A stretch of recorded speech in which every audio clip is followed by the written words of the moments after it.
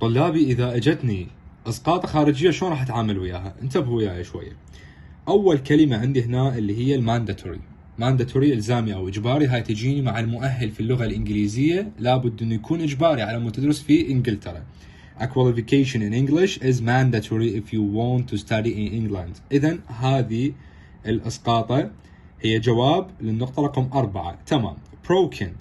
broken past participle تصريف ثالث للفعل، إذن قبلها راح يكون أما have أو has. إذن هنا أنا عندي has، فشي can't play tennis. she has broken her right arm. ما تقدر تلعب التنس لأنها كسرت ذراعها الأيمن. إذن هذه الإسقاطة هي حل جملة رقم 2. sneeze، أجي أبغى الجمل ما عندي sneeze أخليها بالحسبان.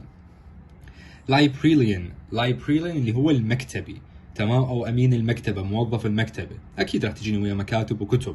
I'd like to train as a librarian because I love books and libraries. أود أن أتدرب كأمين مكتبة لأنني أحب الكتب والمكتبات. إذن هذه الإسقاطة هي جواب جملة رقم 1. withdrawal هاي دائما قبلها أكو make أو made. أجي أباوع أن أنا عندي make، أتمنى واضحة. زين. There must be a mistake. I didn't make this withdrawal last week. withdrawal يعني سحب نقدي، فإذا هذه جواب جملة رقم 5.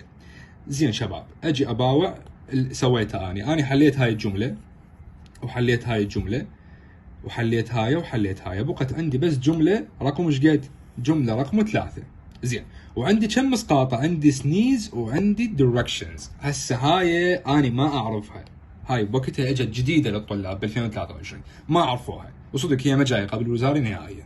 زين، بس أنا أوعدك إذا أكو وحدة ما تعرفها وحدة لابد تعرفها، او بالاحرى تعرف وين تخليها بيا جمل. يعني مثلا السنيز انا بالمحاضره ايش قلت لك بويا السنيز لو جمله بها cold او pepper او cover your mouth cover his mouth او say bless you، نقول يرحمك الله، ذني كلهن مفاتيح للاسقاط سنيز. اجي اباوع على هاي الجمله البقت بيها اي وحده من ذني المفاتيح؟ لا والله ما بيها. اذا هاي الدايركشنز راح تكون جواب جمله رقم 3. هاي السالفه وما بيها طلابي.